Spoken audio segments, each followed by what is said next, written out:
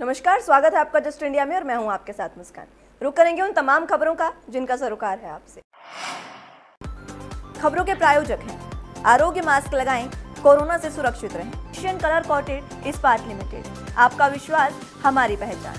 मेडिफिर international, taken a step to keep you safe from corona virus. रंच किया showroom in Rohtak and Bahadurgarh. Showroom पर आएं, test drive लें और गाड़ी बुक कराएं। प्रधानमंत्री नरेंद्र मोदी आज स्वामित्व योजना की शुरुआत करेंगे।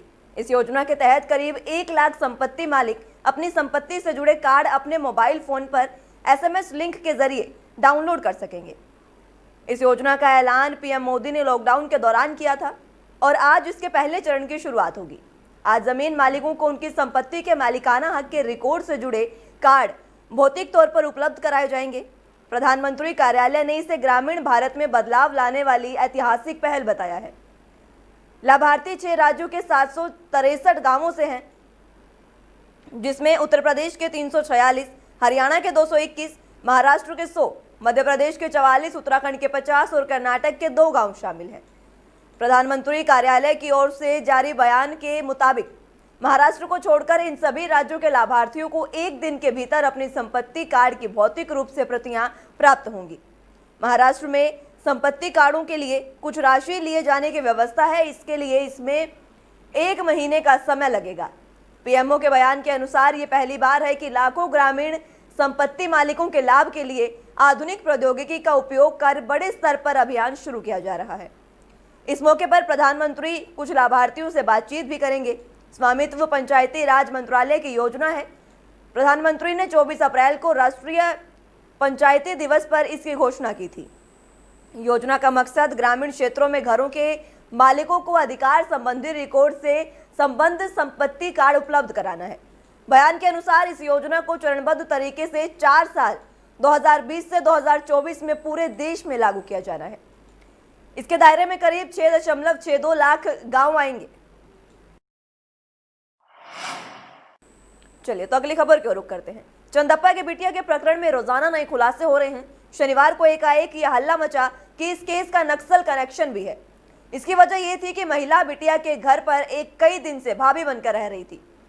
यहां उसने परिवार की जमकर पैरवी भी की। कई बड़े नेताओं के सामने वो खुलकर सामने आई। इतना ही नहीं, उसने मीडिया के सामने भी बयानबाजी की। सूत्रों की माने तो SIT के सामने भी वो पूछताछ में मौजूद रही थी। शक होने पर इस महिला के बारे में छानबीन की गई तो वो जबलपुर की एक मेडिकल कॉलेज की प्रोफेसर निकली। हालांकि बिटिया के परिजन कह रहे हैं कि वो उनकी दूर की रिश्तेदार है। जबलपुर की रहने वाली महिला की गतिविधियां SIT को भी संदिग्ध लगी। सूत्रों की माने तो यह महिला 3 दिन बाद ही वहां से चली गई थी। वहीं SIT ने भी इसके कॉल रिकॉर्ड खंगालने शुरू कर दिए हैं। इस दौरान सोशल मीडिया पर भी महिला को लेकर देर शाम कुछ वीडियो और भी वायरल हुए।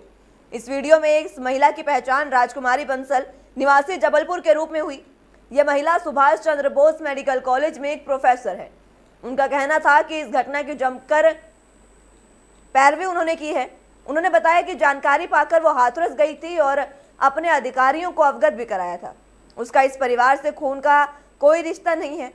1-2 दिन परिवार के साथ रुकी थी। उन्होंने कहा कि उसका नक्सली कनेक्शन साबित किया जाए तो वह मानवता के नाते वहां गई थी। उसके नंबर के साथ छेड़छाड़ की गई है। साइबर सेल ने इस बारे में शिकायत कर दी थी। जो लोग मुझे नक्सलवाद से जोड़ रहे हैं उनके खिलाफ कानूनी कार्रवाई होगी। हरियाणा के गब्बर कहे जाने वाले स्वास्थ्य मंत्री अनिल विज के निर्देश पर खाद्य और औषध प्रशासन ने गत 1 माह के दौरान राज्य में छापेमारी करते हुए मिलावटी घी, मक्खन, मसाले, चाय की पत्ती, पनीर, खोया, मिश्रित खाद्य तेल, सरसों का तेल, वनस्पति तेल और तिल के तेल के 200 नमूने एकत्र किए हैं। इस दौरान करीब 2,14,000 रुपए कीमत का 510 किलो घी भी जब्त किया गया।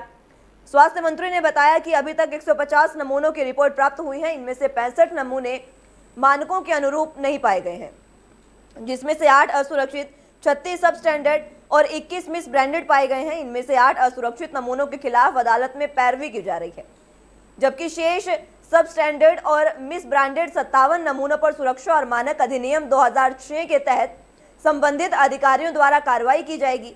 विज ने बताया कि राज्य स्तर पर एक संयुक्त समिति का भी गठन किया गया है। इसमें संयुक्त आयुक्त खाद्य की अध्यक्षता में 3 अधिकारियों को शामिल किया गया है। ये समिति राज्य के विभिन्न जिलों में चलाए जा रहे विशेष छापामारी अभियान की निगरानी कर रही है। समिति को आवश्यकता अनुसार चाय, मसाले, घी और अन्य खाद्य पदार्थों के स्टॉक और नमूनों की जांच करने के आदेश दिए गए हैं। समिति ने हाल ही में पानीपत, जींद, अंबाला और करनाल में छापेमारी की है और देसी घी, पनीर, खोया, खाद्य तेलों, वनस्पति तेलों सहित अन्य खाद्य पदार्थों के 46 नमूने एकत्रित किए हैं। इसके अंतर्गत करनाल में 510 किलो घी जब्त किया गया, जिसके खिलाफ सुरक्षा और मानक अधिनियम 2006 के तहत कार्रवाई की जा रही है। वहीं हरियाणा के खेल और युवा मामलों के राज्य मंत्री संदीप सिंह ने कहा कि ग्रामीण स्तर पर यूथ क्लबों का गठन किया जाएगा, जो सरकारी योजनाओं को क्रियान्वित करने के साथ साथ सामाजिक गतिविधियों में भी अपना योगदान देंगे। यही नहीं, युवाओं को लक्ष्य प्राप्ति में भी यूथ क्लब अहम भूमिका निभाएंगे। खेल विभाग की ओर से यूथ क्लब का मसौदा तैयार कर लिया गया है। जल्द ही गांवों में इनके गठन की प्रक्रिया शुरू होगी। खेल राज्य मंत्री संदीप सिंह ने कहा कि ग्रामीण अंचल में युवाओं को उनके लक्ष्य प्राप्ति और योजनाओं के क्रियान्वयन के लिए यूथ क्लब अहम भूमिका निभाएंगे। यूथ क्लब के जरिए न केवल जन जन तक सरकारी योजना का लाभ पहुंचेगा, बल्कि युवाओं के भविष्य को लेकर तैयार की गई योजनाओं का भी युवा सहजता के साथ लाभ उठा सकेंगे। खेल विभाग के यूथ क्लब के गठन में अहम हिस्सेदारी रहेगी। वहीं विभाग की ओर से यूथ क्लब के गठन के नियम और शर्तें भी निर्धारित की गई हैं, जिनके अंतर्गत ही यूथ क्लब के सदस्यों का चयन किया जाएगा। उन्होंने कहा कि यूथ क्लब में महिलाओं की भागीदारी 50% रहेगी, जिससे गांवों की बेटियां और महिला ज्यादा सशक्त होंगी। इसके साथ ही यूथ क्लब पूरी तरह गैर राजनीतिक होगा। उसका संबंध खेल और युवा कार्यक्रम विभाग या फिर नेहरू युवा केंद्र की ओर से संचालित किए जाने वाले कार्यक्रमों के साथ रहेगा। हरियाणा के महिला और बाल विकास मंत्री कमलेश ढांडा ने कहा कि प्रदेश में कामकाजी महिलाओं की आवश्यकताओं को ध्यान में रखते हुए 500 क्रैच केंद्र खोले जाएंगे। उन्होंने बताया कि यह योजना 2 चरणों में पूरी की जाएगी, जिसके तहत प्रथम चरण में पहले से ही चल रहे 182 क्रच केंद्रों को सुदृढ़ और मूलभूत सुविधाएं प्रदान कर बेहतर तरीके से चलाने की योजना है। इसी प्रकार दूसरे चरण में शेष 318 नए क्रच केंद्र कामकाजी महिलाओं की आवश्यकता को ध्यान में रखते हुए ऐसे स्थानों पर खोले जाएंगे जहां पर ज्यादा संख्या में महिलाएं कार्य करती हैं। उन्होंने बताया कि क्रच केंद्रों के प्रशिक्षण, पाठ्य सामग्री और बेहतर संचालन के लिए भी समझौते भी किए जाएंगे। साथ ही उन्होंने कहा कि प्रदेश अभी कोविड-19 संक्रमण काल से गुजर रहा है, जिसके चलते सभी आंगनवाड़ी केंद्र बंद हैं और बच्चे इन केंद्रों में आने में असमर्थ हैं। बच्चों के लिए आवंटित पूरक पोषण उनके घर में उपलब्ध करवाया जा रहा है, लेकिन आंगनवाड़ी केंद्रों के बंद होने के कारण बच्चों के लिए निर्धारित स्कूल पूर्व शिक्षा प्रभावित हुई है। इसी के मद्देनजर विभाग ने निर्णय लिया है कि 3 से 6 साल तक के बच्चों के लिए विशेष वर्कशीट, विभिन्न प्रकार के रंग और अन्य सामग्री उनके घरों में ही उपलब्ध करवाई जाएगी। चलिए तो अगली खबर की रुख करेंगे। सरकारी अस्पतालों में सामान्य लोगों की जांच के लिए चार्ज तय करने के बाद टेस्टिंग एक बार फिर धीरे धीरे बढ़ने लगी है। अब स्वास्थ्य विभाग की ओर से अस्पतालों में और लैब खोली जा रही हैं ताकि टेस्टिंग का परिणाम जल्द मिल सके। पानीपत में भी लैब शुरू कर दी गई है। अब यमुनानगर और भिवानी में भी लैब उपकरण स्थापित किए जा रहे हैं। इससे पहले पंचकुला, अंबाला, गुरुग्राम, फरीदाबाद, रेवाड़ी, सिरसा, जींद के सरकारी अस्पतालों में लैब शुरू की जा चुकी है। वहीं संक्रमण की बात करें तो 24 घंटे में 27,496 मरीजों के सैंपल लिए गए हैं। अब तक 21,84,243 लोगों के सैंपल लिए जा चुके हैं। टेस्टिंग के मामले में हरियाणा देश में 17वें नंबर पर है। इधर राज्य में शनिवार को 1,169 नए मरीज मिले, जिसके बाद कुल संक्रमितों का आंकड़ा 1,41,351 हो गया है। वहीं 24 घंटे में 10 मरीजों की मौत भी हुई है। फतेहाबाद और अंबाला में 2-2, फरीदाबाद, गुरुग्राम, हिसार, कुरुक्षेत्र, यमुनानगर और जींद में 1-1 मौत हुई। अब मृतकों की संख्या 1,625 हो गई है और अब 10,825 सक्रिय मरीज हैं। 265 मरीजों की हालत सीरियस बनी हुई है। वहीं महर्षि दयानंद विश्वविद्यालय के youth centre for skill development और छात्र कल्याण कार्यालय के द्वारा संचालित प्रशिक्षण और मार्गदर्शन कार्यक्रम के प्रशिक्षु प्रेमदीप डागर और आकांक्षा के भारतीय सशस्त्र सेना में चयन पर उनको विश्वविद्यालय में सम्मानित किया गया। विश्वविद्यालय के टैगोर सभागार परिसर में आयोजित सम्मान कार्यक्रम में रोहतक मंडलायुक्त डॉक्टर सुरेश ने विश्वविद्यालय के रक्षा और सामरिक अध्ययन विभाग के विद्यार्थी प्रेमदीप डागर को बधाई दी और उनका चयन भारतीय थल सेना और भारतीय वायुसेना में दोनों में हुआ है। वहीं मदवी से संबद्ध बीएड शिक्षण महाविद्यालय में अध्ययनरत आकांक्षा का चयन भारतीय वायुसेना के लिए हुआ है। सम्मान समारोह कार्यक्रम में मुख्य अतिथि मंडलायुक्त डॉक्टर सुरेश ने कहा कि भारतीय सशस्त्र सेना में चयन गौरव की बात है, क्योंकि इस सेवा में कार्य करना देश की सेवा करना है। उन्होंने कहा कि भारतीय सशस्त्र सेना पर प्रत्येक भारतीय को गर्व है।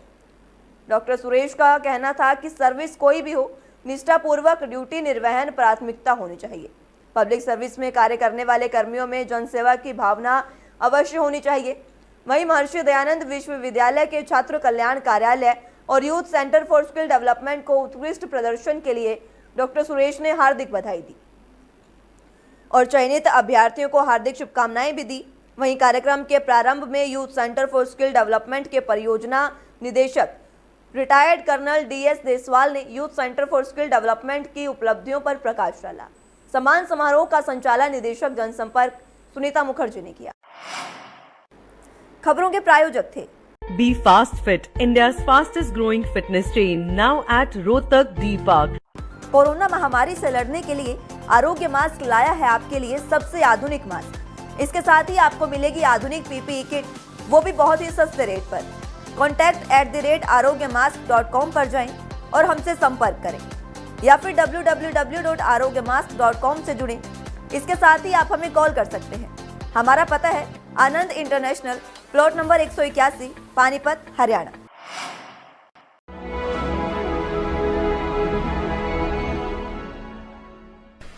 चाचा, आपने नया घर बनवाया है तो घर की छत पर कौन सी शीट लगवाई है?